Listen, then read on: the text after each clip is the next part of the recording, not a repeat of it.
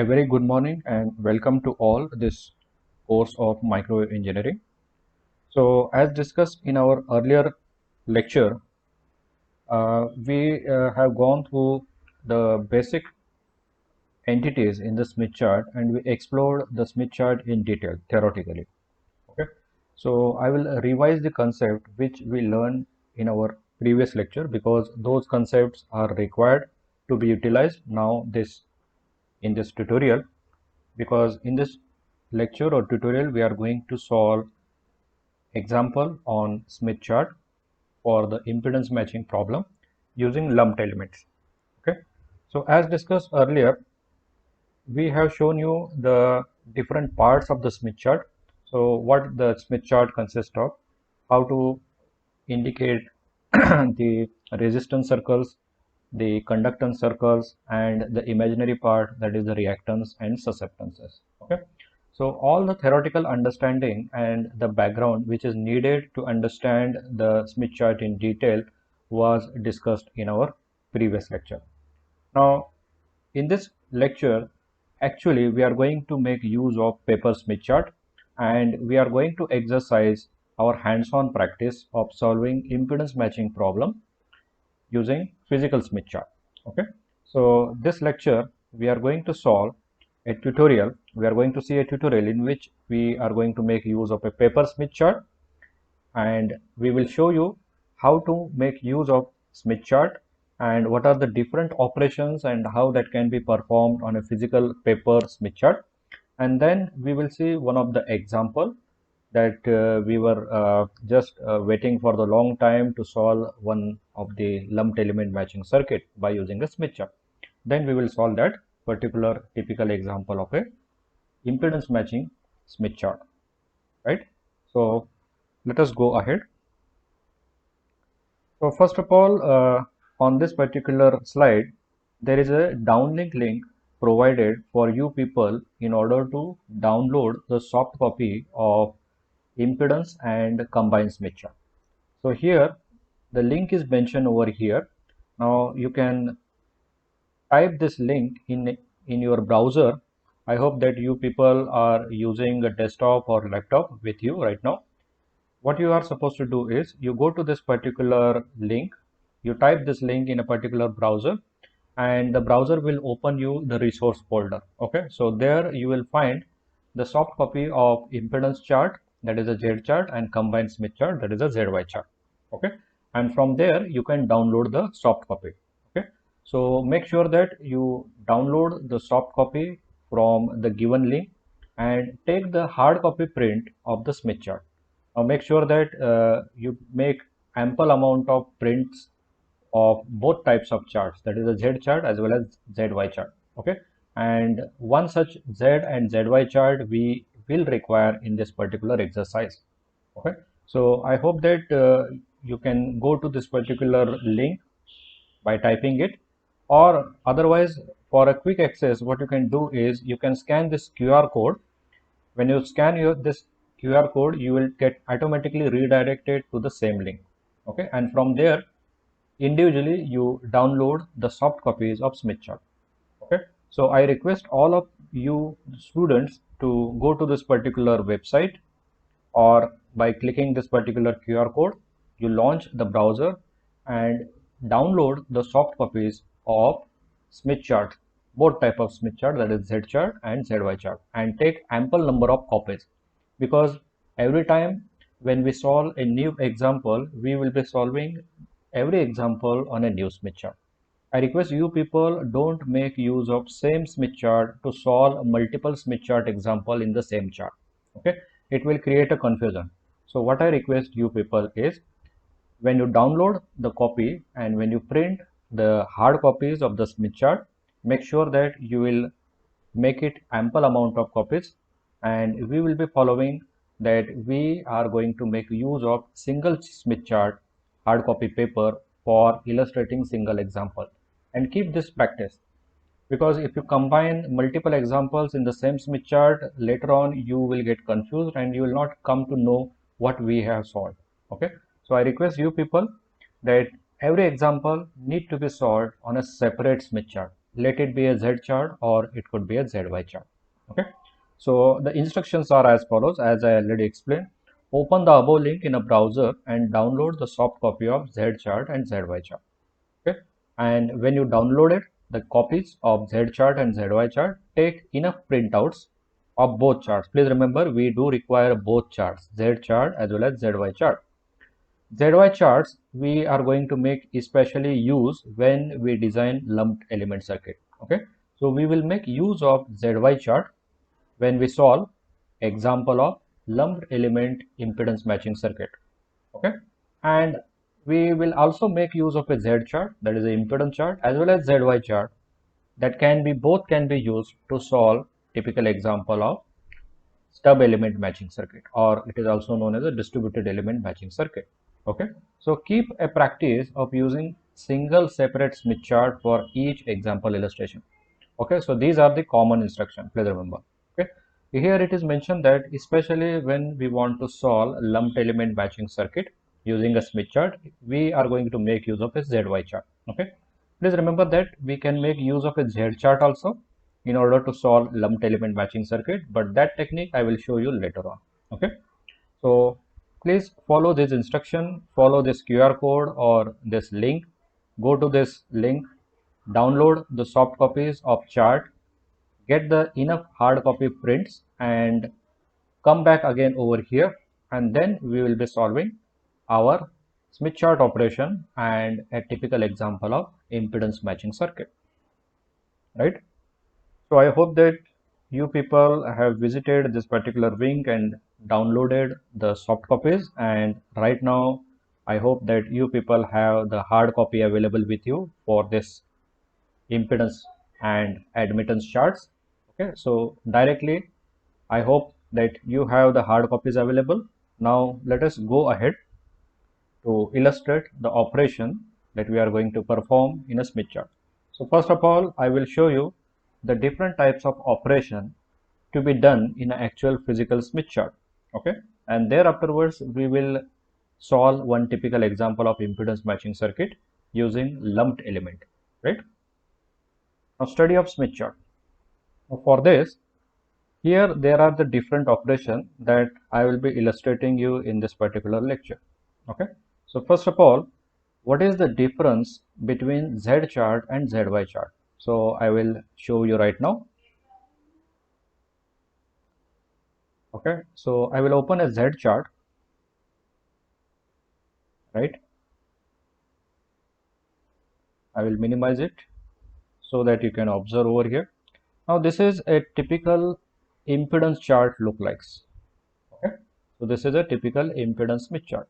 So what we observe over here, it is a simple admittance, a simple impedance chart in which we have the plotted constant resistance circles and their imaginary parts. Okay, so here there are the imaginary parts. So we already saw in our earlier lecture. The real part is indicated with constant resistance circle whose centers are located on the real axis. And similarly, the imaginary part is represented by curves or arcs which are there in the upper half of the Smith chart as well as in the lower half of the Smith chart, right?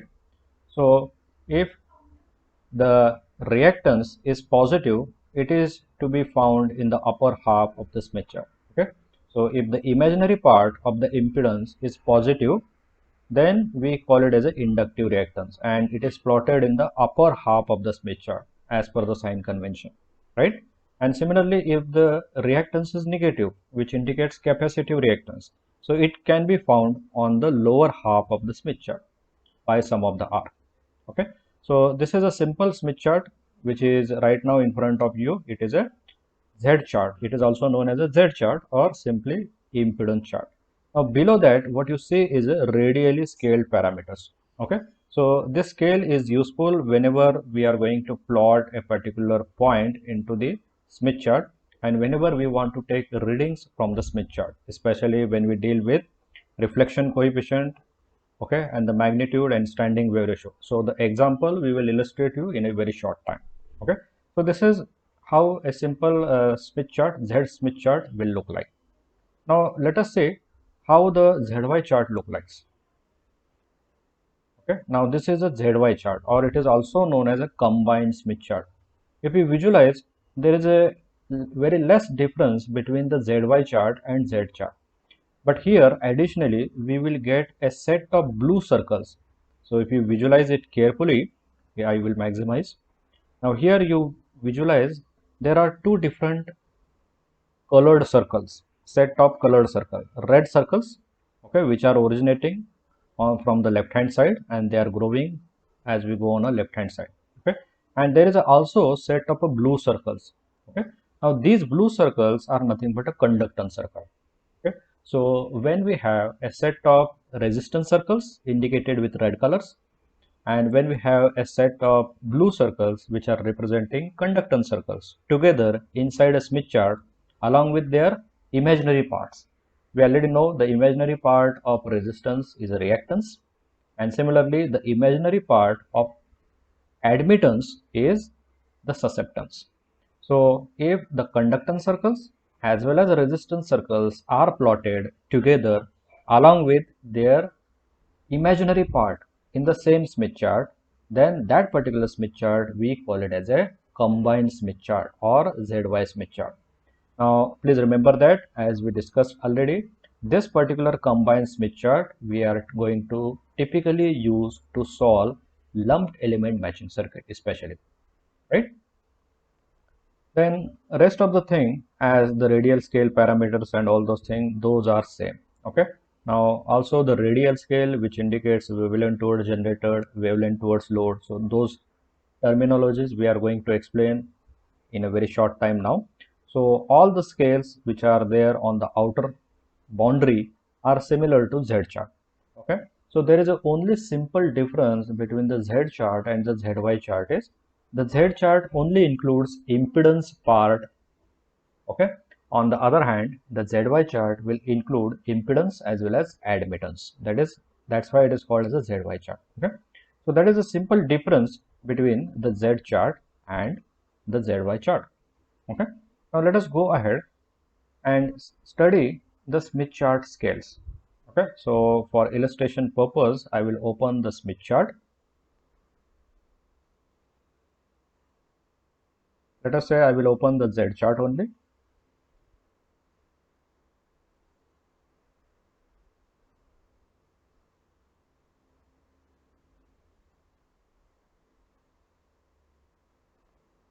So here I open the Smith chart. Now this is a ZY chart which I shown you already.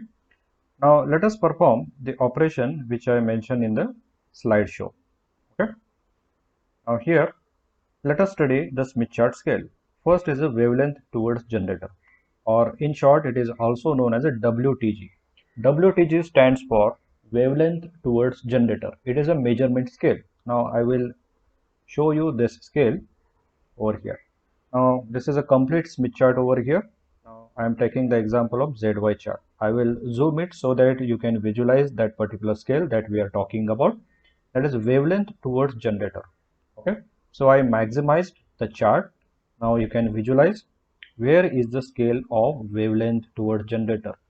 Now if you see over here on the left hand side, right from the leftmost point over here.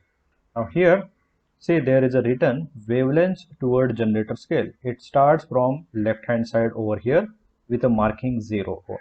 Okay. Now wavelength toward generator is a scale with which we can take the measurement distances of a transmission line. Okay. So this part will be more useful when we deal with impedance matching circuit using stub element or transmission lines. Okay. So in order to study the matching circuit using lumped element, we are not using these scales. But you people should know what is a wavelength towards generator scale. Okay. So the wavelength towards generator scale is this scale. Okay. You can visualize it very clearly. The outermost scale of any Smith chart. Okay. So the outermost scale of the any Smith chart that represent the wavelength towards generator scale. And why this scale is used? This scale is used to measure the distance of a transmission line from the load going towards the generator. Now please remember here the sign convention to measure these scales. they need to start from the load side and they should get extended towards the source side. So that means wavelength towards generator. The name itself indicates. That means we are going to measure the distances of a transmission line beginning from the load and going towards the generator. That is the simple meaning. And the wavelength towards generator scale you will find in every Smith chart at the outermost radial scale. So this radial scale, if you observe, it will start from 0 over here. It will go 0 0.004, 006 and so on. And when it comes on the right hand side over here, the scale will become 0.25. That means when we travel half of the upper half of the Smith chart, then we have covered the total distance of 0.25 lambda, or it is a quarter wave.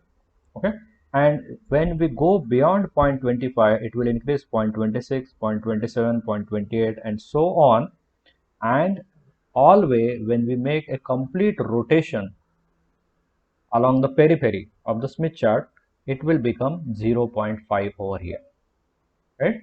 So when we make a complete revolution, one complete rotation around the Smith chart, the wavelength toward generator scale measures half wavelength.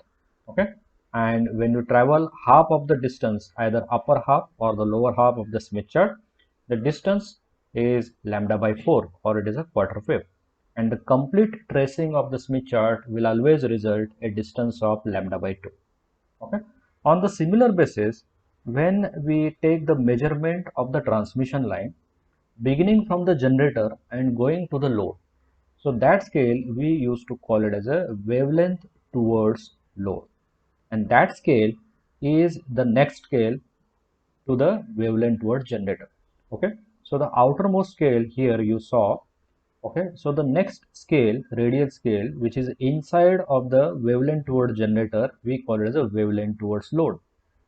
Okay, and please again remember, wavelength towards load, this scale again starts at the 0 over here. Okay, and please remember the convention, when we want to measure the wavelength towards load, we need to go anti-clockwise. In earlier case, when we are measuring wavelength towards generator, we always move in a clockwise direction, in upward and clockwise direction, in this way. See here a typical arrow symbol. Here you can visualize. Now this arrow symbol over here is going to show you how you are going to trace the wavelength towards generator. Similarly, wavelength towards load, here it is written, which is located just inside of wavelength towards generator. Now this is the wavelength towards load, or in short it is called as a WTL. Okay, so there is no difference between WTG and W2L. It is just the relative measurement of the length of a transmission line. If you are starting measurement of transmission line length from the load towards the generator, then we are going to make use of WTG, that is the wavelength towards generator scale, and at that time we are going to move clockwise. On the other hand, if you start taking the measurement of the length of the transmission line from generator and going towards a load, at that time we are going to make use of WTL. Okay, or it is also known as a wavelength towards load. And please remember, we in that particular case are going to travel anti-clockwise. Okay, again the scale will complete one complete revolution similar to WTG. Okay, so these are about these scales that we discussed. So wavelength towards generator, WTG, and wavelength towards load interchangeably can be used in order to locate and calculate the length of a transmission line, either beginning from the load going towards the generator, or starting from the generator and going towards the load. Okay, the next part is the angle of reflection coefficient in degrees. Okay, so next scale on the Smith chart, which is also a radial scale, that we are going to see is the angle of reflection coefficient in degrees. So let us see where is that scale. Now if you see next to the WTL scale, the innermost third radial scale. So this is the first radial scale, this is the second radial scale. Now if you look at the third radial scale, and when you start reading over here, if you come over here on the right hand side, See the third scale, third innermost scale of the Smith chart. The outermost scale is a WTG, the second scale is W2, WTL, and the third scale is the angle of reflection coefficient, right? The angle of reflection coefficient starts 0 on the right hand side here, and all the way when you go anti-clockwise, the angle of reflection coefficient increases. So the third innermost radial scale of the Smith chart is the angle of reflection coefficient. Okay, and maximum it has a value 180 degree, positive or negative. Okay, and minimum it has a value 0 degree, right? So angle of reflection coefficient is an indicative measurement of angular part of the reflection coefficient. So that we will see quickly when we take one particular example. And similarly, the innermost scale of the Smith chart next to angle of reflection coefficient, if you visualize over here, that is the fourth radial scale at the innermost side, is known as angle of transmission coefficient. Okay, and again it will start from 0 over here and it will go on increasing anti-clockwise.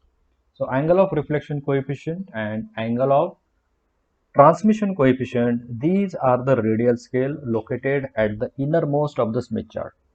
The outermost of the Smith chart contains a radial scale known as wavelength towards generator, and next to it is a wavelength towards load.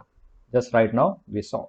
Okay, so these are the different radial scales available in any Smith chart. If you take any particular Smith chart, you will find all these four commonly available radial scales in the Smith chart. Okay, now we go next and see marking of constant resistance circles and reading their values. Now let us discuss this particular point.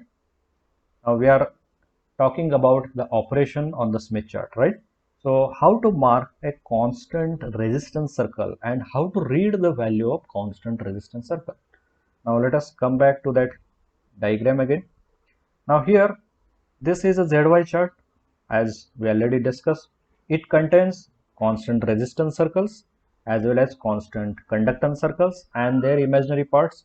Okay. Now here, whatever you visualize the red circles, red solid circles, set of red solid circles, all these are constant resistance circles. Okay. Now please remember the horizontal axis over here, this axis is a real axis, and the centers of all constant resistance circles are going to get located on this real axis. Please remember. Okay, when you go from right hand side to left hand side in this way, the size of the constant resistance circle increases, but their value, if you see on the real axis, which is marked with a red color on the top of real axis over here, when the size of resistance circle increases, when you go from right to left, the value of the resistance circle reduces. Okay, so if you observe over here, the value of a resistance circle is very high, then it is 50, 20, then 10.5, sorry 5, 4, then it becomes 3, then it is 2, then it becomes 1 over here, and then it go on reducing. Okay, so when you go on the real axis from the right hand side towards the left hand side, the value of constant resistance circle gets reduced and their size increases. Okay, so how to read and how to locate the constant resistance circle? Constant resistance circles are the circles which are indicated here with a red color. Okay, their centers are located on the real axis, and whatever red value that is indicating that particular circle, for example, typically if you want to take one particular example, now I will increase the brightness of the screen so that you can visualize it clearly. Let us say I want to locate a constant resistance circle of value 1. Okay, so this is a very important circle for us. Okay, and we call it as a unit resistance circle. Now let us say I would like to highlight that particular circle. I will choose any particular color over here. Okay, and let's say I will highlight that circle. So this is a constant resistance circle with value 1. Okay, you can continue in this way, right? and you can go along on the right hand side, okay, in this way, and from here again you can draw it like this. Okay, so whatever yellow color that I am using, this yellow color circle which I am right now highlighting is the constant resistance circle of value 1. So here, okay, so I will zoom in here. Okay, you can visualize over here. Now here, what is the value? The value is 1. Okay, so this is a constant resistance circle of value 1, and this is a special circle. This circle we call it as a 1 plus jx circle, or it is also known as constant resistance circle or unit resistance circle. Okay, so we'll come to this point later on. Now this I have shown you how to mark a constant resistance circle and how to read out the value. Please remember, the red colored values are indicating the values of that particular constant resistance circle, and here we have a set of these circles.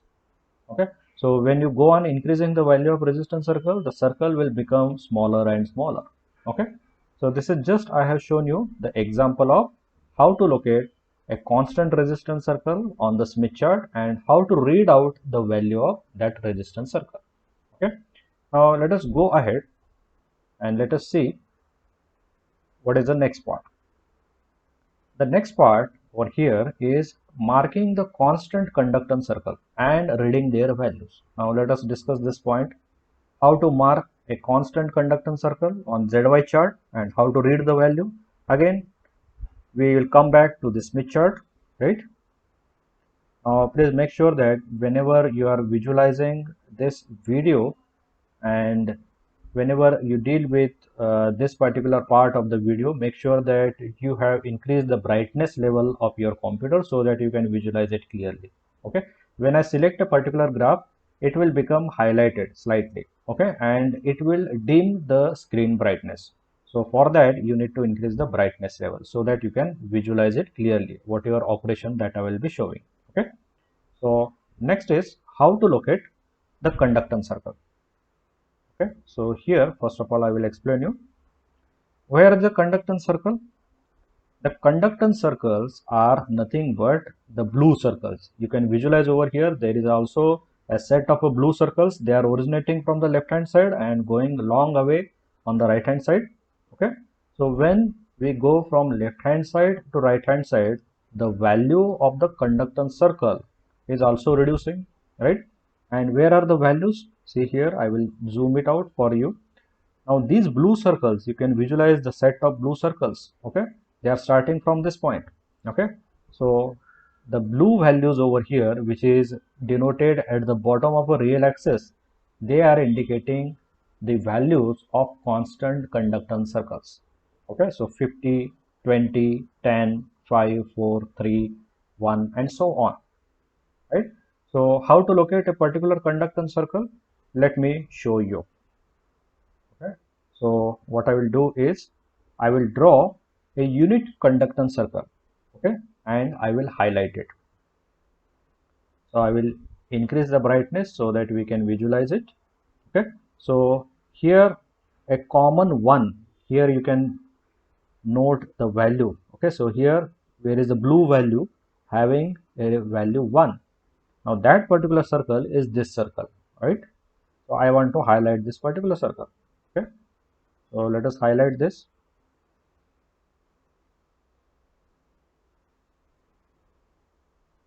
So here I will take the same color. Now whatever I am highlighting, this is nothing but constant conductance circle of value 1, right? And similarly from the downside over here. Okay, so whatever I am highlighting over here with a yellow color, it is representing constant conductance circle. Please remember. Okay, and here you can visualize what is the value of that constant conductance circle. Here, see, it is 1. So that means it is a unit conductance circle. It is a unit conductance circle. So we saw how to locate constant resistance circle and constant conductance circle and how to read their values. Okay. Now please remember that the blue values which are written at the bottom of the real axis, they are indicating the values of conductance circle. And similarly, the red values which are written on the top of real axis horizontally, they are indicating the values of resistance circles, right? So we will go to the next part. Before that, I will remove these markings, right?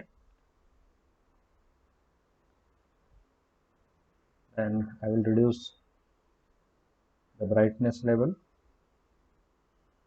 And again, we go to the PowerPoint presentation. Okay. So how to mark the positive and negative values of reactance and how to read the values. The next part is how to mark the positive and negative values of reactance and how to read out their values. Now come back to the same Smith chart. Okay. Now again, we want to locate the imaginary part of a resistance, that is a reactance curves. Okay. So where are the reactance curves? So the red arcs which are originating from this point and going all the way on the upside and also on the downside are called as a reactance curves. Okay. So how to locate a particular reactance curve? Let us say I want to locate a reactance value of 1. Okay, so the reactance values are these curves. Okay, so reactance values are indicated with red color, which are located on the periphery, inner periphery of the Smith chart over here with the red values. Okay, you need to read a value of a curve such that the value is on the top of that particular curve. Okay, suppose if I want to read and locate a reactance of +1. +1 reactance means, please remember, it is plus J1. Okay, so plus J1 is a reactance curve, and here I will zoom it. Okay, so if you go along the periphery over here, these are red values which are indicating the reactance values. Now we want to locate a curve whose reactance value is 1. Now where you can visualize a reactance value which is having a value 1 indicated with the red color is over here. So this is a particular reactance curve. Okay, so I will reduce it. Okay, so the reactance curve, now I will highlight. I will increase the brightness. Okay, so let us, here is the reactance curve of value 1. Please remember. Okay, so this is what the reactance curve, which is indicating the imaginary value of a impedance. Okay, so if you zoom in, if you reduce the zoom in, you will see that this is that particular curve, and this is a reactance curve whose value is indicated on the top of that curve. Okay, so again I will zoom in. Okay, so here you can observe that what is this value? This red value is 1. Okay, so that means this curve, whatever we have highlighted over here with a yellow color, it is a reactance value of having plus positive 1. Similarly, we can represent negative reactance. Now please remember that negative reactance is just a replica of this particular curve on the downside, on the lower half of the Smith chart. Okay, so how to locate that?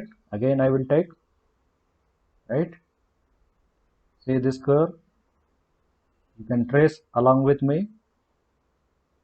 Okay, so here, so I will draw it again, because again I will draw it, curve. So I am using my mouse of the computer in order to locate this particular curve. Okay, what is this curve? This curve is again representing the reactance, but now it is a negative 1 reactance. Okay, so I will zoom in. So what you observe over here, what is the value? It is again 1. You need to read red value.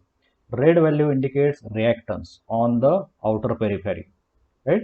So but it is treated as a negative 1. So this is a procedure how to locate the reactance curve, positive and negative, on the Smith chart and how to read out their values.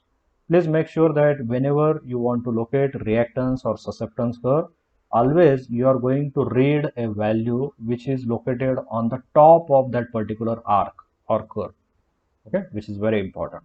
Okay, now in the same Smith chart, what I will do is next part, that is marking of positive and negative values of susceptance. Okay, now on the same way, the imaginary part of the admittance, we call it as a susceptance.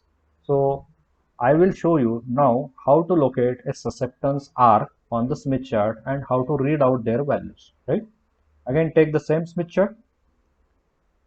I will zoom in, I will reduce. Okay, so let us say I want to locate negative susceptance of 1. Okay, now as per the sign convention, please remember negative susceptance is the imaginary part of the admittance and it is located on the upper half of the Smith chart. Okay, so first of all, come to here, I will zoom out. Now here on the periphery of the Smith chart, you will observe the blue numbers, the numbers which are written in a blue color. Now these blue colored numbers, they are indicating the negative value of susceptance in the upper half. Please remember, in the upper half of the Smith chart, the susceptance values are treated as a negative, and these blue values are indicating the negative values of susceptance. Now let us say I want to locate a negative susceptance value 1. Okay, so how to locate that? Let us choose some different color to locate a susceptance. Now this is that particular susceptance. Now the same curve, I will zoom in a little bit. Okay, now from here, see, you can visualize this curve which I am highlighting with a green color, right? So what you can do is you can trace along with me so that you can visualize and you will come to know how to read the value. Okay, so all way along this. So here I will zoom in this region. Okay, so what is written over here? It is written as a 1. Okay, so this indicates negative susceptance value of 1 and the graph represent that it is a negative susceptance curve. Okay, now if I want to locate positive susceptance value, you need to take simply replica of this green curve. Okay, so positive values of susceptance R's are located on the lower half of the Smith chart. Okay, so how to locate? Again, we want to locate positive value of susceptance and the value is 1. Okay, so first of all, you need to find where is the blue value having 1. I will zoom out in this region. Okay, I will zoom out again. Say here you observe 1. So this is that particular curve which is starting from here. Okay, so I want to highlight this. Okay, so what I will do is I will take, yes, this is that particular susceptance curve, right? What is the value of this susceptance? If you come over here, okay, here what is written? It is written as a 1. Okay, so it is a indicating the value of susceptance is positive 1. Okay, so here combinedly I shown you how to locate the positive and negative values of susceptances.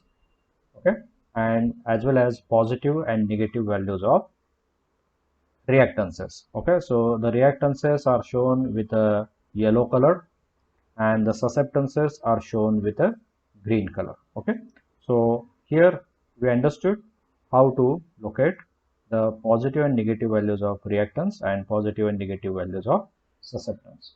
Okay, now next point of our interest is how to locate short circuit and open circuit point for impedance and admittance. Next point, how to locate open circuit and short circuit point for impedance, and then we will see for admittance.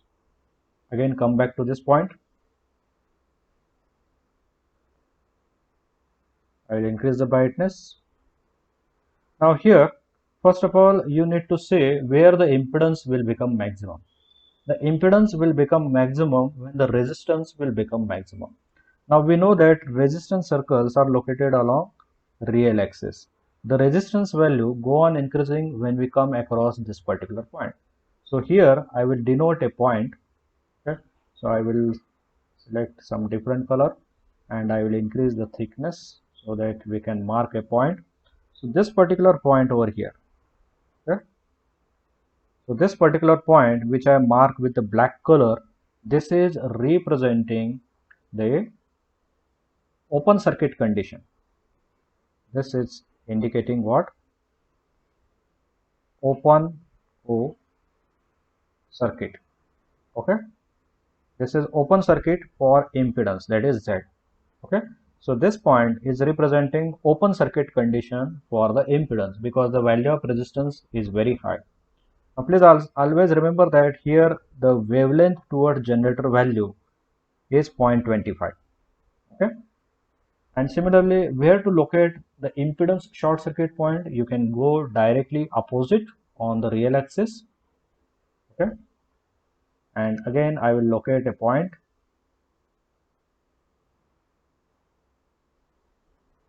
Okay. On this axis, right? So this black point over here, which I located right now, this is indicating the short circuit condition. Okay. So I will write over here this particular black point, which I just right now shown you. This represent short circuit condition because here at this particular point the value of resistance will become minimum and this point is representing short circuit condition for the impedance. Okay, now the same points are representing reverse thing for the admittance. Okay, so we know the relationship, the admittance, that is y is equal to 1 upon Z, or it is simply given as a reciprocal of Z, right? So if the impedance is open circuit at this point, the admittance, that is Y, at the same point it will become short circuit. It will become short circuit, which is a just opposite of that of the impedance. So please remember this thing very clearly. So the same point is representing short circuit condition for admittance. If we deal this chart as admittance, at that time the admittance at this point is representing as a short circuit. Okay, so short circuit means Y is equal to, please remember, 0. Okay, and open circuit means here it is open circuit for impedance. So open circuit means Z is equal to infinity, right? Here Z is equal to short circuit means Z is equal to, we can write Z is equal to 0. And we know Z is equal to 1 by Y. Therefore, what is the admittance? Y is equal to 1 by 0. So that will give you infinity. So please remember the same point is representing open circuit condition for admittance. Okay. So this is very important. Please remember at this point, either we will start with a 0 when we go upward. When we go upward from this point, the wavelength toward generator scale we measure as a 0. Okay, and when we come to this particular point from the downside, the wavelength toward generator scale we will take it as a 0.5. Okay, so please remember these are the same point which are representing the different condition for impedance as well as for admittance. Okay, so these points are indicating as an open circuit for impedance and short circuit for admittance. If you go opposite over here on the real axis at the other end, this extreme left hand side is point representing short circuit condition for impedance and the same point is representing open circuit condition for admittance. Okay, so this all basic preliminary operations we have shown you on the Smith chart. Now the next point and very important point is significance of matched point. Significance of match point in the Smith chart and its interpretation. Now where is the matched point? Now, please remember this is a very important concept of matched point.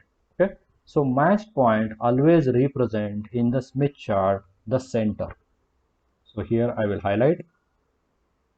Let us say I will choose a different color to indicate the matched point. I will increase the thickness. Okay. So this particular point at the center of the Smith chart, which I have shown you with red color, okay, heavy dot, okay. So this point always represent matched condition, okay. So this match condition indicates characteristic impedance of the given transmission line, okay. So always in a Smith chart impedance matching related problem, always remember that our aim is to reach to this particular point from any other given location. The objective of the matching circuit is to bring that particular point, which is located anywhere in the Smith chart, to the center of Smith chart. And in doing so, whatever circuit we will develop, that circuit we are going to call it as a matching circuit. Okay. So the significance of the center of the Smith chart is the center of the Smith chart always represent a matched circuit condition, or in other words, the center of the Smith chart always represent characteristic impedance of the transmission line. And the significance is that whenever we want to design a matching circuit for any particular impedance or admittance point located on the Smith chart, the aim is to bring, for example, anywhere randomly I will draw one particular point. Let us say I will choose this blue color. Let us say this is a plotted point. Okay. I want to match this point with the center of Smith chart. Okay. So the design of the circuit that we are going to make to perform that particular operation, we call it the matching circuit. Now here what we want is we want to match this blue circle with this red circle. And in doing so, whatever circuit we will design, that circuit will become a matched circuit, right? So this is the significance of the center of the Smith chart and its interpretation. Okay. So I hope that all of the basic operation, how to read the resistance circle values, conductance circle values, and how to locate them. Similarly, how to read the reactance values, susceptance values, okay, and how to locate them in a Smith chart. What is the significance of open circuit and short circuit point for impedance and admittance? And lastly, we saw what is the significance and importance of center of the Smith chart. Okay. So what I will do is I will clear all the ink over here and I will reduce the brightness. Now here in this slideshow, we have completed all the different operations which are mentioned over here. Okay. So first of all, we discussed what are the different types of scales available, and then we discussed how to plot and how to locate and how to read the values of different entities. Okay. So with this brief tutorial, let us directly go to solve this example now. Okay. Now this is where the actual example. So this is our first example, and we will be solving this example with the help of a paper Smith chart. I hope that again I request that you people are ready with your hard copy Smith chart, okay, and you take ZY Smith chart for the time being to illustrate the example of lumped element circuit matching. Please make sure that you have pen, pencil and ruler available with you, and even the compass. Okay, so we need compass, ruler, pencil, eraser, pen, all those things, because we are going to make a design of a circuit on a physical Smith chart. So I hope that at this moment of time you have downloaded the hard copy of the Smith chart and you are ready with the Smith chart and the ruler, pencil, scale, eraser and even with a compass, right? So let us go ahead and say this operation. Okay. So first of all, here I will highlight what we want to do is plot the complex value of impedance on any Smith chart, and let us take ZL is equal to 100 minus J50 ohm. Now any Smith chart, I will take the example of ZY Smith chart, because later on the same Smith chart we will be using to design impedance matching network using lump components. Okay. So you people also take the ZY chart. I hope that you have the ZY chart, physical paper, Smith chart available with you. Now make sure that you have compass, scale, pencil, eraser, pen, everything with you. Okay. So as and when I perform the operation over here, with the same manner you will also perform the operation, so that you will come to know what we are doing. Okay, so first of all, the first statement over here, what is the statement? The statement is plot the complex impedance. What is the value of impedance? 100 minus j 50 ohm with a characteristic impedance 50 ohm. So the characteristic impedance is given and the complex load impedance is given. And here it is asked us to plot this complex impedance in the Smith chart manually. Okay, I hope that the Smith chart is available with you. Okay, ZY Smith chart I will take. You also take the ZY Smith chart. Now, how to plot the given impedance point? We want to plot the impedance point, but please make sure that we are going to enter this point into the Smith chart with normalization process. Okay, so how to calculate the normalized value, which is given in the second step over here. So what is the normalized value of load impedance? That load impedance divided by Z0. So divide the load impedance with characteristic impedance of a transmission line separately for real term and imaginary term, and you will get a value 2 minus j1. When you divide 100 minus j50 divided by 50, you will get 2 minus j1 ohm. Now, how to plot this point? You need to first locate the real part. Please remember, the real part is 2, which is representing constant resistance circle, and the imaginary part is a negative. That means we need to trace the downside curve, and which is representing the reactance, negative reactance, and the magnitude is 1. So let us plot a point, normalized point rather, of value 2 minus j1. So I will take a Smith chart, ZY Smith chart. Okay, so first of all I will locate the real part. So what is the real part? Real part is a 2, which is representing constant resistance circle. Okay, so come back to this point. Where is a constant resistance circle of value 2? Okay, so I will zoom in this particular graph. Okay, here you observe the constant resistance circle of value 2. You highlight this particular circle. Okay, so what I will do is I will choose one color. I will increase the brightness so that we can visualize it clearly.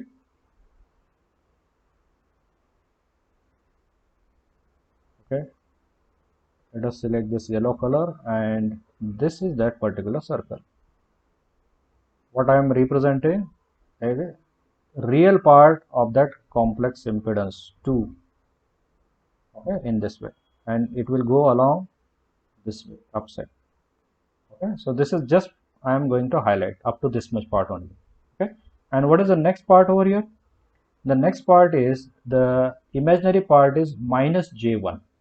Okay, so the imaginary part is a negative. That means we need to trace a curve on the lower half of the circle with value 1, which is representing negative reactance. Okay, so come back to the Smith chart. Now here you need to say where is a 1. Okay, and that is a reactance. So you need to read the red value. Okay, so this curve. Okay, so what you need to do is you need to highlight this. Okay, this curve is representing minus j1. Please remember, highlight this curve this way. You need to highlight till it intersect the real part. Okay, so if you observe over here, I highlighted the real part, which is indicated with this circle of value 2, right? And I highlighted the negative reactance value of 1 with this curve. Okay, at the intersection of these 2 points, please remember, at the intersection of these 2 points, we will get a point. Okay, so that point I will highlight with some different color. Let us say with a black color. I'll increase the thickness to 5. I'll select at the intersection of these 2 points, that means here. Okay, so if you are able to say this black color point is represented by the intersection of a real part with an imaginary part. Okay, and this point we call it as a normalized load impedance ZL. Okay, so this point we call it as a normalized load impedance point. So I will write here it as a ZL. Okay, so what this point is representing? This point is representing our point 2 minus J1. Okay, now next procedure is read the value of WTG. That means wavelength towards generator at this load impedance point. We plotted the load impedance point, right? We have plotted the load impedance point. Now load impedance point is this. So we want to find out what is WTG scale at this particular point. So how to do that? You need to take a scale or ruler. Okay, take a ruler. Okay, adjust the ruler such that you join the center of the Smith chart. So the center of the Smith chart is over here with the plotted impedance. You connect the center of the Smith chart with the plotted impedance. Okay, and you draw a line. You draw a line. So for line, I will take some different color. Okay, what we need to do is connect the center of Smith chart with the given ZL point and draw a line extending at the periphery of the Smith chart, external periphery. You need to draw a line. So I will draw a line in this way, right? Now I will remove the scale. Okay, so here you observe that I have drawn a line which is connecting the center of the Smith chart, right, over here and with the ZL point, and this line is extended till the outer scale where it intersects with the periphery. Okay, so here you need to read the value of wavelength towards generator. So where is the wavelength towards generator? We already discussed that wavelength towards generator scale is the outermost scale. Now here I will zoom in this region, right? So here you will clearly visualize this outermost scale. It is 0.28 over here, right? And here 0.29. Okay, so somewhere between 0.28 and 0.29 the wavelength towards generator is located. Okay, so this is 0.28, each division corresponds to 0.02, 0.282, 0.284, 0.286. So approximately the wavelength towards generator is 0.286. Okay, and it is always in terms of wavelength lambda. Okay, so what is this is? This is WTG value. What is WTG? WTG stands for wavelength towards generator. So at this load impedance point, the wavelength towards generator value is 0.286. Okay, so similarly, what is the value of wavelength towards load? Now we need to first locate where is the wavelength towards load scale. The scale which is located next to WTG is a WTL. Okay, and here this is the 0.22, right, and 0.21. So the value is located between 0.21 and 0.22, right? So 0.212, 0.214. So the same line has the value of WTL equal to 0.2, it is 192.214 lambda. Okay, so this is how to read the value of wavelength towards generator. That is, you need to read the outermost scale where the line intersect. Similarly, the wavelength towards load, which is the next scale to the wavelength towards generator scale, and it is the inner one. Okay, so at the same point ZL, the wavelength towards generator is 0.286 lambda. At the same point, the wavelength towards load value is 0.214 lambda. Okay, I hope you understood how to locate and how to read WTG and WTL values. Okay, so we have completed this part, WTG value. Okay, so what value we got? Here we got 0.286. So I need to check it again. Yes, 286.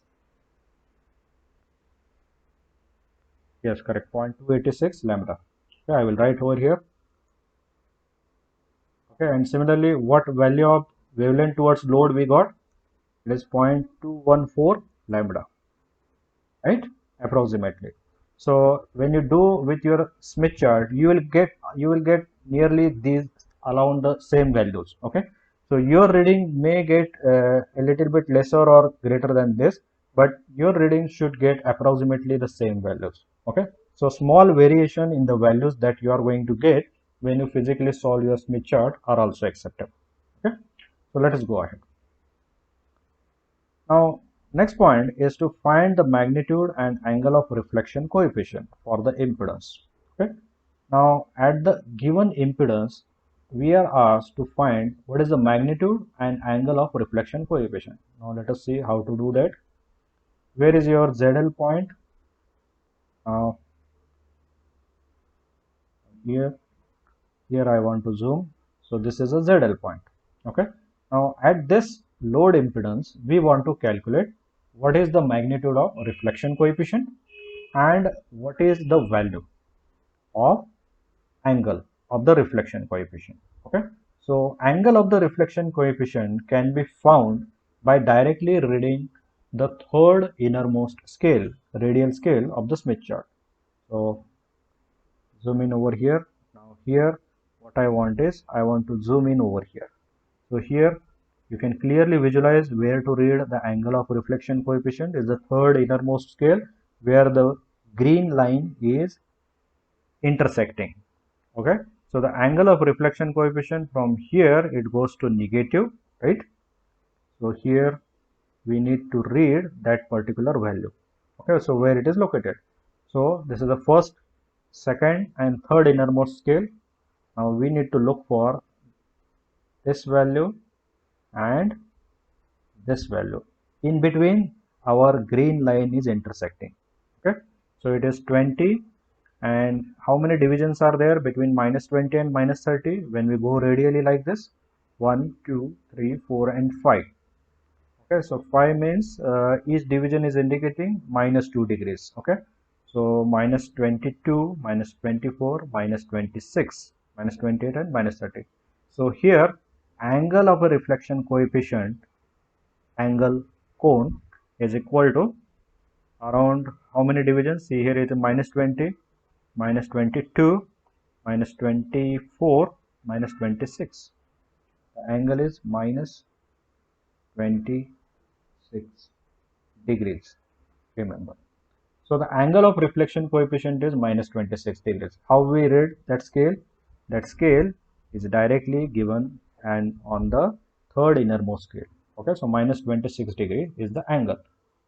Okay, so here I will write this. I got the angle is equal to minus 26 degree. And what is the magnitude?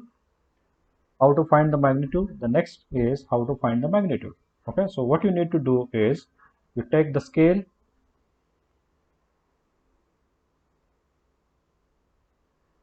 now here is our scale, right?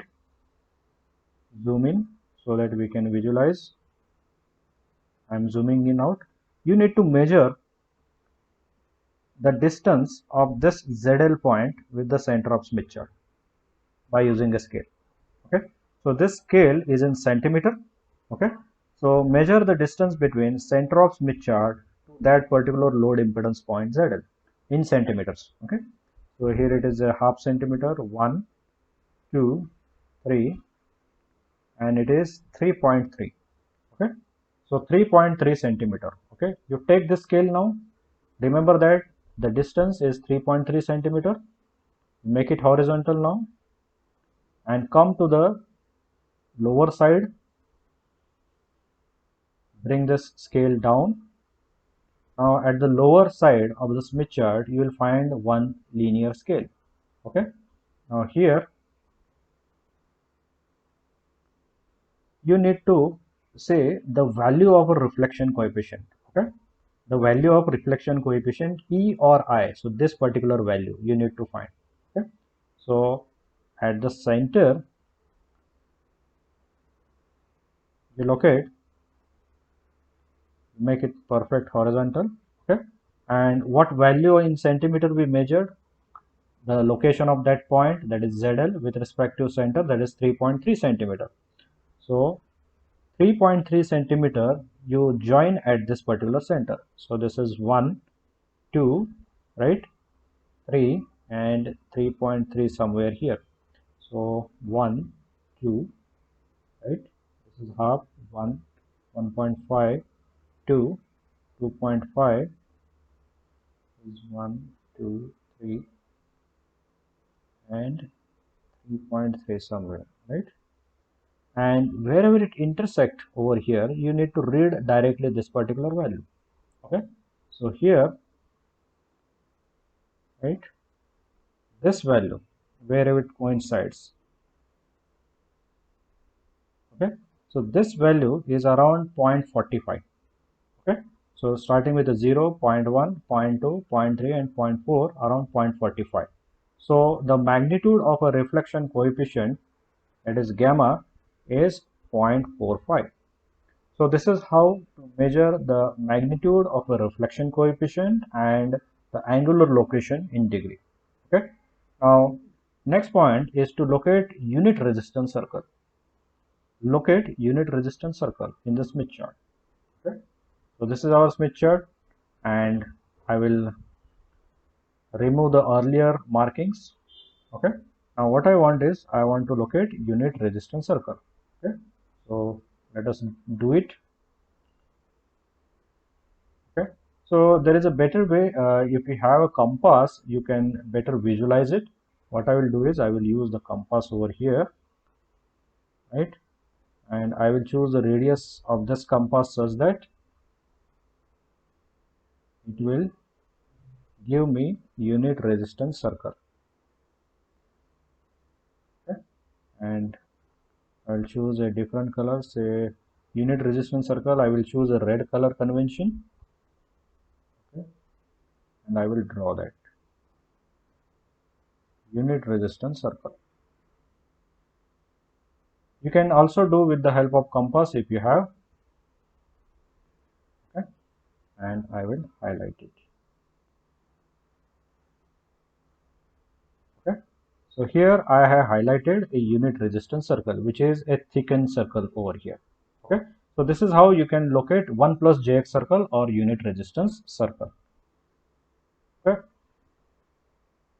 now the point was 2 minus j1. Okay, so I will plot that point again, 2 minus j1, where the point which we already plotted, this is a 2, and minus j1 is this particular point, right? Where was that point? So I highlighted the unit resistance circle. Okay, you can visualize that I have drawn it. 2 minus j1, so 2 is a real part, and minus j1, so somewhere I will increase the thickness of that point, right? So 2 minus j1 is a point over here, right? This is a point. This point is what? ZL, that is a normalized value of load impedance, ZL. I will write it again. Okay, now this point we plotted. Now next point is whether the given impedance point is located inside or outside this unit resistance circle. Now you can clearly visualize we have drawn the unit resistance circle, right? Now this ZL point is inside or outside this unit resistance circle. Obviously this plotted normalized value of load impedance is located within this 1 plus jx circle. Then recall from our earlier discussion during the time when we were discussing the two different configuration to design lumped element L-shaped matching circuit. Okay, so come back to again here, based on the location of the impedance point, decide the configuration of L-shaped matching network. Now you recall back that theory. That time we discussed when the given value of normalized load impedance is located inside 1 plus jx circle, then which configuration of L-shaped matching circuit you will use. Then at that time we know that first configuration we are going to make use of. Now what is the first configuration? The configuration tells us that the first element of the matching device should be in parallel with the load and the second element should be in series. So the first configuration we are going to make use. Please remember, provided the given value of normalized load impedance is located within 1 plus jx circle. On the other hand, this particular point, if it is lying outside of this 1 plus jx circle, at that time we would have been taken the second configuration. But right now, for this particular example, as we know that the normalized value is located within this circle, we will go for selecting the first configuration of matching circuit, in which the first element of the matching circuit should be in parallel with the load, and the second element of the matching circuit should be in a series with the load. Okay, so we will go with the first configuration. Right now, next point is impedance to admittance transformation. Okay, so impedance, so actually this part in detail we will take when we discuss the example of stub element, but a basic preliminary operation we will discuss now. Now make sure that we are going to make use of first configuration, that we will see the example in a time. Meanwhile, let us see the theory of impedance to admittance transformation, how to convert impedance into admittance and admittance into impedance using a Smith chart, right? Now impedance to admittance transformation. So what this indicate? It indicate a procedure to convert from impedance point to admittance point and vice versa. Okay. Now please remember why we require to do so. A question may arise in your mind. Why impedance transformation is required? Why we want to convert impedance into admittance and vice versa? Now please remember, in the design of matching circuit, there are basically two configurations: series matching circuit and parallel matching circuit. Now please remember, whenever we want to design a series element, we need to deal with impedances. And whenever we want to design parallel element, we want to deal with admittance. Now at that time, we need values of admittance. So that's why it is very much necessary for us to understand a procedure to convert impedance scale into admittance scale and vice versa. Okay. So the same procedure will be elaborated in detail to you people when we come across impedance matching circuit using stubs. Okay. So let us follow this procedure. Draw a constant VSWR circle to normalize impedance. Okay. So how to draw this? We want to draw now a constant VSWR circle. Now this is a procedure of converting the impedance into admittance. So that means, where is the impedance? The impedance is ZL. This impedance I want to convert into admittance using a Smith chart. So that procedure we are illustrating right now. Okay. So the step is to draw a constant VSWR circle which is passing through ZL. Okay. So what is the procedure to draw a constant VSWR circle? Take your compass. Here I will take the example of my protractor. Put one end of the compass at the center of Smith chart. So take a compass with you. What you do is put the center, the metal part of your compass at the center of the Smith chart. Okay. Take distance in compass from the center of Smith chart to ZL. So I will take the distance. Now the distance is such that the distance between the center of Smith chart and ZL. So what you do is take your compass, put the metal part of your compass at the center of Smith chart, extend the compass till the location of ZL. Okay, take that much distance in your compass and draw a constant circle with a constant radius. Okay, so I will choose a different color. Now I will choose this green color and I will increase the weight. Okay, so what I will do is I will draw the circle. Now the same way you perform, you take the compass, put the compass at the center, take distance in compass is equal to from the center of the Smith chart to ZL point, and draw along with me a constant circle located at the center of the Smith chart. Okay, so when you finish, you remove your compass. Okay, now this green circle, whatever we have drawn, this is indicating a constant VSWR circle. Please remember. Okay. Now how to convert this impedance into admittance? This is the first step of that procedure. Okay. So first of all, what you do is take the compass and draw a constant VSWR circle which is passing through that ZL. Okay. Now next is you take your ruler, take your scale. Okay. Now what you do is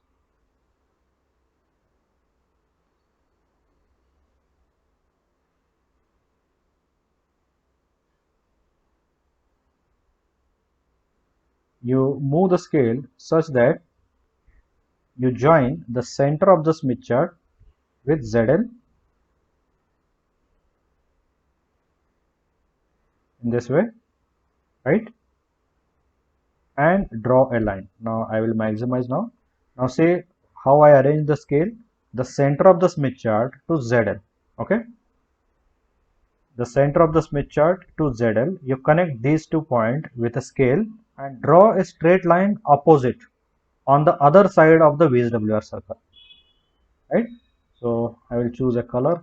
Let us say this blue color, and I will reduce the weight. Okay. So what I will do is now I will draw a line. Right. You also do along with me. Okay, and then you remove the scale. Now wherever this straight line intersect, how I drawn the straight line, the center of the Smith chart I connected with a ZL, right? And I extended the line on the opposite side, right? And wherever it cuts the VSWR circle, now that point I will locate. Okay, I will choose different color. On this particular point at which the intersection happens, this point I am going to call it as a admittance. Okay, so please remember this point is called as a normalized admittance point. I will denote with YL bar. Okay, actually this has to be denoted with a ZL bar, please remember. So this is a procedure of converting the given value of impedance into admittance, and this procedure we call it as a impedance transformation. So what we are doing in impedance transformation, we are taking the impedance and converting into corresponding admittance by making use of a Smith chart. Okay, so this is a procedure called as a impedance transformation, and vice versa also we can do. We can transform the admittance back to impedance. Okay, so please remember when we do this procedure, now please remember originally what we plotted. We plotted the impedance assuming that this Smith chart is a Z chart. Now, as soon as you transform that impedance into corresponding admittance, the same Smith chart is treated as an admittance chart and not as an impedance chart now. Okay. So, please remember when you transform the impedance into admittance on the same Smith chart, the Smith chart will become admittance chart. Earlier, it was an impedance chart. That impedance is converted into admittance, and so the Smith chart from earlier impedance get converted into admittance. Okay, so these points will be more clear to you when we start example solving on stub element. Okay, right now just we have illustrated you the principle of impedance transformation. Actually, this particular procedure we are going to make use when we solve the impedance matching problem using stubs. Okay, so we go ahead now. Okay, then the transformation of the impedance, please remember this particular statement is very important. So the impedance which we transform, okay, so that impedance will become admittance. Okay, please remember the statement in the bracket. The Z chart, as I explained to you already, will no longer remain the impedance chart, but it will get converted into admittance chart. But please also remember that we need to follow the same sign convention of the imaginary part as that of the original Z chart. Okay, so this part we will cover in detail what is the meaning of this statement when we solve impedance matching problem using star. Okay, we go ahead with our lumped element matching circuit. Okay, now next procedure is to indicate constant resistance circle which is passing through ZL. Now we will illustrate you this procedure because this procedure is required for solving impedance matching circuit using lumped element. So next procedure is indicate or plot a constant resistance circle through ZL. So how to do that? Come back again to this Smith chart, right? What I will do is I will remove this circle. I will remove this point. I will also remove this while bar. Okay, I will only keep ZL bar onto the Smith chart. Right. We already plotted ZL bar. Now, what is the next procedure? Is asking indicate constant resistance which is passing through ZL. This is ZL bar or ZL normalized value. Constant resistance circle is already there. Okay, resistance circle is this one, constant resistance circle, which is passing through ZL bar. Okay, now next is plot a constant conductance circle through ZL, which is directly available on ZY chart. So what type of chart we are using? We are already using a ZY chart, right? So we can see over here that this ZL bar is already located on conductance circle, some conductance circle of value 4. See here. Okay. So this particular conductance circle is not available when you make use of impedance chart. So what is the type of chart that we are using over here? That is the ZY chart, combined chart. So that's why we already have the availability of conductance circles as well as resistance circle. So here we observe that ZL bar is located on this conductance circle of having value 0.4, right? Okay. So if we would have been plotted this particular impedance point on the resistance or the impedance chart, at that time the conductance circles are not available, and at that time you need to manually draw the conductance circle. Okay, so as we are making use of a ZY chart, we readily get the availability of conductance circle. Okay, so this is the advantage, and that's why I'm insisting you to make use of ZY chart while solving the problems of lumped element circuit matching. So again, I tell you people that whenever you want to design a lumped element matching circuit, kindly make use of ZY chart because it will simplify your work. Okay, how it simplifies our work? Because it readily gives the sets of conductance circles as well as resistance circle, which we need in the calculation of lumped elements. Okay, so that we are going to see now. Okay, next point is tracing of constant conductance circle and constant resistance circle for finding lumped element values. Okay, so now this point is very important over here. Now here I will denote a matched point to with this ZL impedance we want to match. Please remember, in our earlier discussion we discussed that the center of the Smith chart is always representing the matched point. Okay, so I will highlight this point, the center of the Smith chart. So we want to reach here, please remember. Okay, so from ZL bar we want to reach at the center of Smith chart. The center of Smith chart is representing characteristic impedance of a transmission line, that is Z0, right?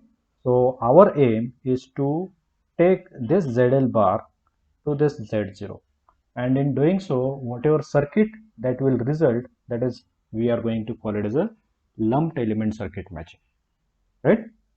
What we do is now, next procedure, we want to draw trace conductance circle and resistance circle for finding the lumped element circuit matching. Okay, so what we do is we want to trace conductance circle which is passing through ZL and resistance circle. Okay, so what I will do is I will trace the conductance circle. Now how to draw a conductance circle? So the conductance circle is already available over here. Okay, so what I will do is I will choose the protector over here, right? Now the conductance circle which is passing through ZL and this particular point I want to draw. Okay, see here, say the already the circle marking is available. So ZL bar is located at 0.4. Okay, so I want to highlight this conductance circle. The same I am doing with the help of a protector.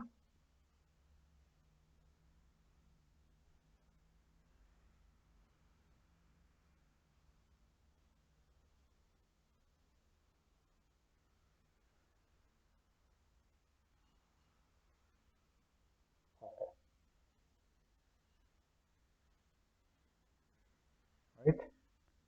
So what I am doing is, here I will be drawing a conductance circle which is passing through ZL. Conductance circle I will denote with blue circle, blue color. Okay, this is the same circle. You need not to draw this particular circle, because if you are using a ZY chart, it is already available.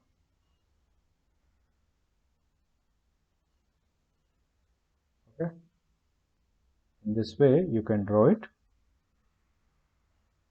You need not to draw, because the scale is already available to you. And this circle, see here, if you look at, this is the blue circle which I highlighted, the conductance circle, which is passing through this load impedance point. Okay, so next point is, our aim is to reach this particular point Z0 from this particular point ZL bar by tracing constant resistance circles and constant conductance circle. Okay, so if we observe over here, if we start from ZL bar and if we go upside on this constant conductance circle, blue circle, in this way, we will cut unit resistance circle, that is a red circle which I highlighted over here, at one point. So this point I will indicate with some different color. Let us say I will choose this purple color. I will increase the weight so that, say, this is the point. Okay, so you can observe this is a purple point 1. This is a one particular point. And similarly from ZL bar, if I trace down the conductance circle till I get the intersection with the unit resistance circle, I will get an intersection over here. Okay, so these 2 points are the intermediate points. Okay, so let us say this is a point number 1. Okay, and let us say this is a point number 2. So when I trace either upward or downward, I will intersect with unit resistance circle at 2 different points. When I go up, I will intersect with this point and I will get point number 1. And when I go down on unit conductance circle from ZL bar, I will intersect with unit resistance circle at point number 2. And when you reach either at point number 1 or point number 2, from there you can easily trace unit resistance circle in order to reach at point Z0. Okay, so let us say I will choose this particular color now. Now what I will do is, I will start from ZL, right? I will go up in this way. Please remember and note down the location how I am tracing. So what I am doing is, from ZL I am going up by tracing conductance circle at point 1. Okay, and from point number 1 I will trace down on unit resistance circle in order to reach at Z0. Okay, so this is one solution of our matching circuit. So what I am doing is, from ZL bar I am moving up on conductance circle. Okay, so this is the direction, right? And when I reach at point number 1, from point number 1 I will trace down on unit resistance circle in this way. Okay, so ultimately ZL bar point will travel on this curve, on this path, from ZL bar to point 1 and from point 1 to point Z0, and this way we will reach at the center of the Smith chart, and this is how we will achieve the condition of matching. Okay, so how to implement this tracing of the curve? The tracing of the curve will result in the calculation of reactive elements. Now you recall from the discussion earlier that we made in the theory that we are going to ask 2 different questions. Okay, so first question that we are going to ask is, what circle you are tracing? Okay, so from ZL bar we went up to point number 1, and what we traced? We traced conductance circle. When we are tracing a conductance circle, the matching element has to be a parallel, right? And from point number 1, when we trace down to point Z0, what we are tracing? We are tracing resistance circle. And for resistance circle, the matching element is a series. Okay. And next question is how we are tracing. For this first path, this is the first path, right? For the first path, we are tracing upward. So that means if you are tracing upward, the element has to be an inductor. And for the second path, this path, right? If we are tracing downside, then the element has to be a capacitor. Okay. So the theory is very clear over here. As per the expectation of the rule of the matching circuit configuration, the first element is a parallel, which is given by path number 1, which is highlighted over here with a yellow color. So path number 1 will provide us parallel inductor, right? And path number 2 will provide us series capacitor. Now why this path number 1 provides us parallel inductor? First of all, you need to ask the question what we are tracing from ZL to 1. We are tracing conductance circle. That means the element is parallel, right? How we are tracing? The second question. We are tracing by down to up. So that means it is an inductor. So that's why path number 1 will give us parallel inductor. Okay. On the similar line, in the second half of the path from point number 1 to point number z0 in this second path, what we are tracing? We are tracing resistance circle. That means the element is a series. How we are tracing? We are going down from up. That means the element is capacitor, and hence we want to design series capacitor for path number 2. So path number 1 will give me parallel inductor, okay, and path number 2 will give me series capacitor. Okay, so you recall from the equation, what are the equation? The equations for parallel inductor and for series capacitor. Okay, so you recall the equation parallel inductor and series capacitor. So in the earlier theory discussion, we saw the four empirical equations to calculate parallel and series values of capacitor and inductor. Now here in this particular example illustration, we understood that path number 1 will provide us parallel inductor and path number 2 will provide us series capacitor. So make use of those equations. Okay. So here what I will do is I will open a Word file, or rather in the same PPT I will do the calculation. Okay. So here I will type path 1 will provide what? Parallel inductor, right? And path 2 will provide series capacitor. Okay.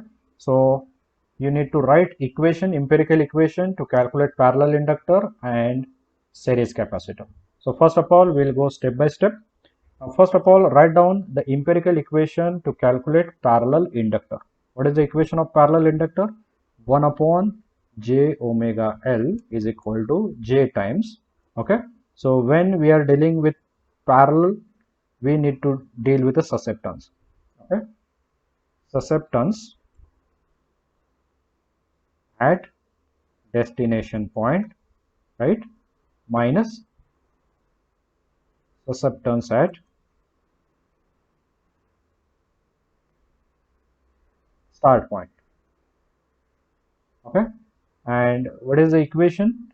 Say I need to come to that particular point over here in the course, and I need to recall that formula exactly, otherwise we will make some mistake. We need to exactly write that empirical equation from our earlier discussion. You recall that equation. If someone recalls that equation, you can tell me, or otherwise from the book I can copy it.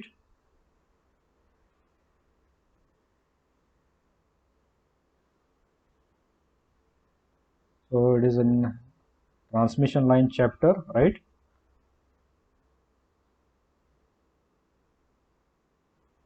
Somewhere after transmission line.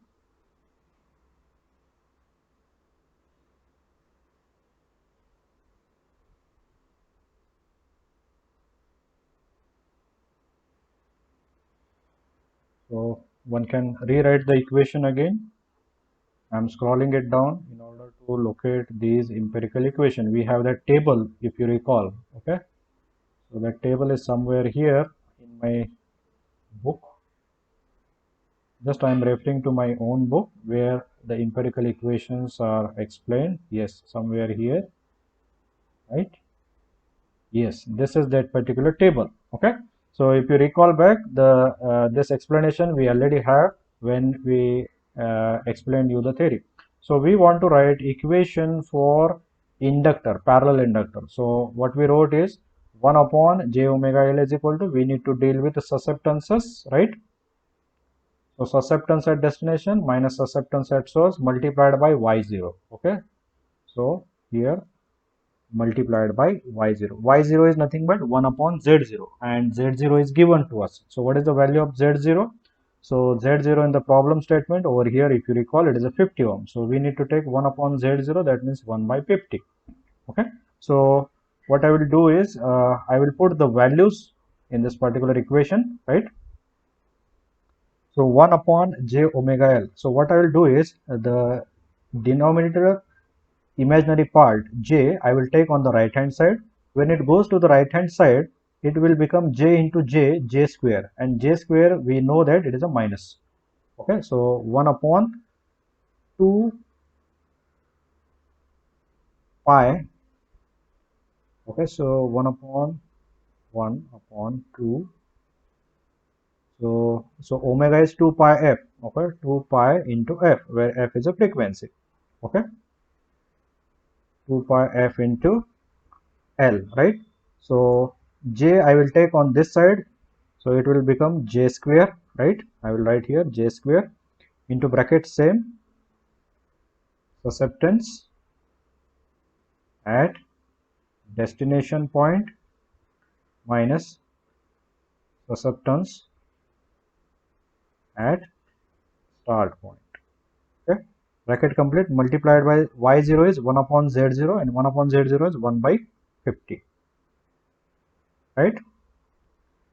Now 1 upon 2 pi fl. Okay, 1 upon 2 into pi into f into L is equal to, now what is the j square value? J square is a minus 1. Okay, now you need to be very careful while writing down the susceptances at destination point and at start point. Now we are going to write this equation for path number 1. Now what is the path number 1 over here? Recall this equation, recall this Smith chart. Path number 1 is from ZL bar to 1. Now from where we are starting? We are starting from ZL bar and we are going to point number 1. So who will become a destination point in the path number 1? The destination point is point number 1 and the start point is a ZL bar. So I will write this equation again. So you need to find the susceptance at, so the spelling, susceptance at destination point. What is the destination point? Point 1. Okay, minus, you need to take susceptance at start point. What is the start point? ZL bar point. Okay, then bracket complete and then multiplied by 1 upon 50, right?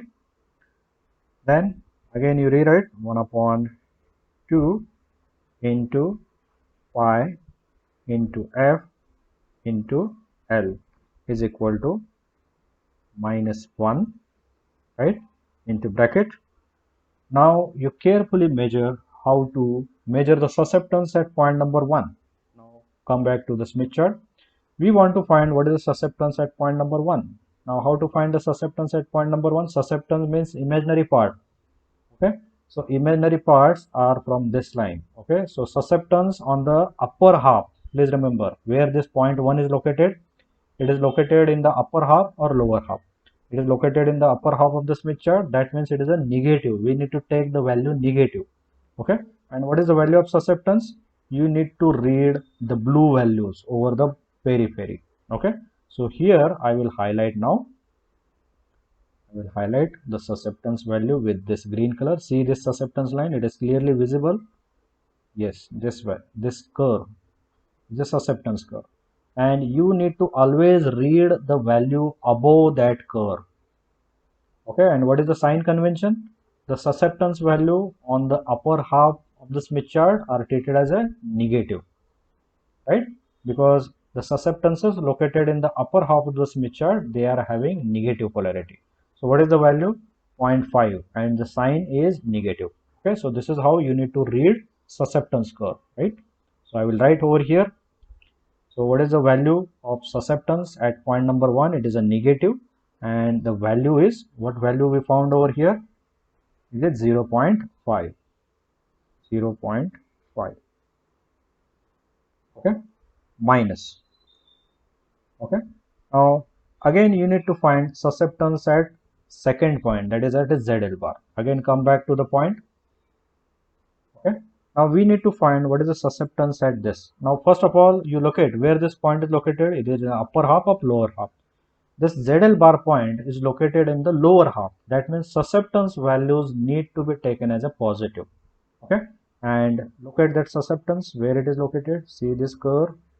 Visualize this particular curve. The blue value on the lower half, you need to read the top of this value. What is this value? It is a 0.2. And what is the sign convention? It is a positive. Okay, so here I will write minus 0.2, right? Bracket complete, multiplied by 1 upon 50. Okay, now let's assume that frequency of operation is 1 gigahertz. Okay, so in the problem statement, the frequency of operation could be a different. So whatever frequency of operation is given, you can take down. So you need to check whether it is given in a problem statement. In the problem statement, the frequency of operation is not given. So for time being, we will assume that the operation frequency is 1 gigahertz. Okay, so what you have on the left hand side, you have all the parameters available except the inductance, that is L, that we need to find. We have the pi is a constant 3.14. The frequency of operation is 1 gigahertz that we assumed. Okay, and on the right hand side everything is known. Now from this, what you do is you calculate the value of inductor. Okay, so what you do is from this you calculate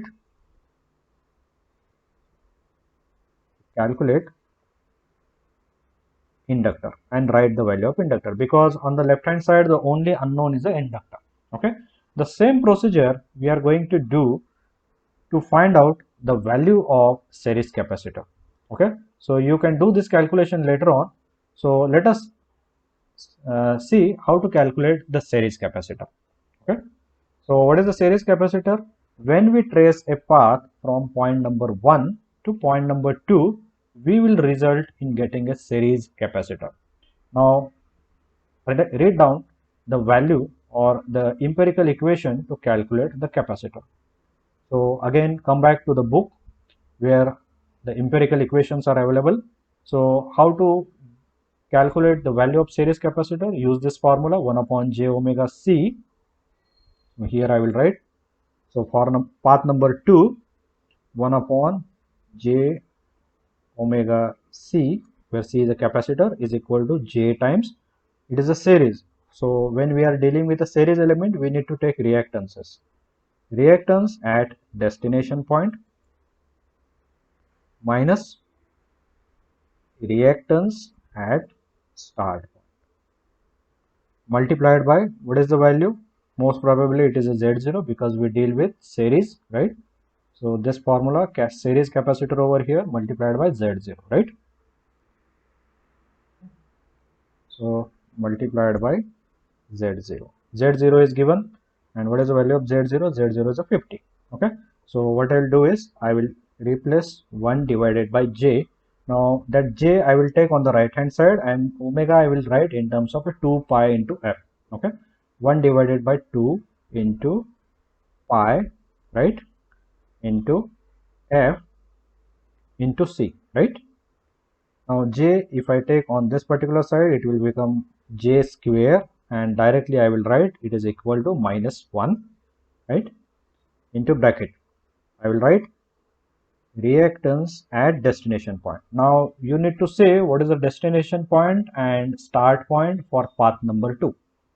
Now for the path number 2, we are starting from point number 1 and we are going toward the destination point as a Z0. So the destination point over here is Z0, that is a matched point. Okay. So reactance at the destination point, that means reactance at Z0, right, minus the reactance at the start point. Reactance at start point, where is the start point for path number 2? The start point for path number 2 is point number 1. So here we need to find reactance at point number 1. Bracket complete, multiplied by Z0, that is 50. Okay. So again, write down the equation 1 upon 2 multiplied by pi into F into capital C is equal to into bracket minus 1, right? Now, what is the value of reactance at the matched point? Now, please always remember the match point at the time of significance. I told you that the matched point always represent the real value 1. It doesn't have any reactive part or any susceptance part. Okay, so the susceptance and the reactance at the matched point is always 0. So here the reactance at point 0 at point Z0, sorry, is 0, right? So because it only represents real value of 1 minus. What is the reactance at point number 1? Now see what is the value of reactance at point number 1. Now how to locate a reactance curve? Reactance are indicating imaginary part of impedance.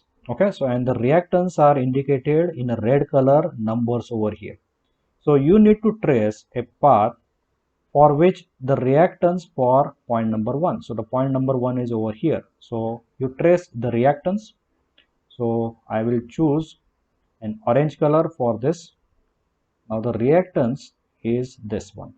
Okay, so the point of reactance over here. So for the point number 1, the reactance is this curve, right? You need to read this value. And what is the sign convention for taking the reactance on the upper half? As point number 1 is located in the upper half of the Smith chart, the reactance need to be treated as a positive. And what is the value over here? If you visualize over here, what value of reactance we got? The red value is 1.2. And what is the sign convention? It is a positive. So it is minus 1.2, right? Bracket complete. Then multiplied by 50. Okay. So again, frequency of operation, given that f is equal to 1 gigahertz. Okay. So then what you do is you calculate capital C. Okay. So on the left hand side, only the unknown is a capacitor. On the right hand side, you will get all the values, numerical values. So you solve equation. Okay. So you solve this particular equation. Okay. And as well as you solve this particular equation and calculate the value of inductor and capacitor. Okay. And then this will give us the value of parallel capacitor and the value of parallel inductor and series capacitor, right? So let us calculate and rewrite the values. Take your own time, get the calculator and calculate, solve this equation and calculate, find out the value of L and C. Now I hope that you have calculated these values of lumped element, the value of inductor. So approximately the value which I have got is 11.36 nanohenry. Okay, so nanohenry means 10 raised to 9, 10 raised to minus 9. Okay, so nanohenry. Okay, so this is a parallel inductor, please remember. Parallel inductor value. And similarly, when you calculate the value of a capacitor, the value of a capacitor approximately you should get around 2.65 picofarad. Picofarad means 10 raised to minus 12, remember. And this capacitor is in series. Okay, so we have got the value of a parallel inductor. Now from here, from the Smith chart. Okay. So here the path number 1, so this particular path from ZL bar to point number 1 this path will give us a parallel inductor, and from there, from point number 1 to Z0, when we travel, we will get a series capacitor. Okay, so these values we have got around 11.36 nanohenry and 2.6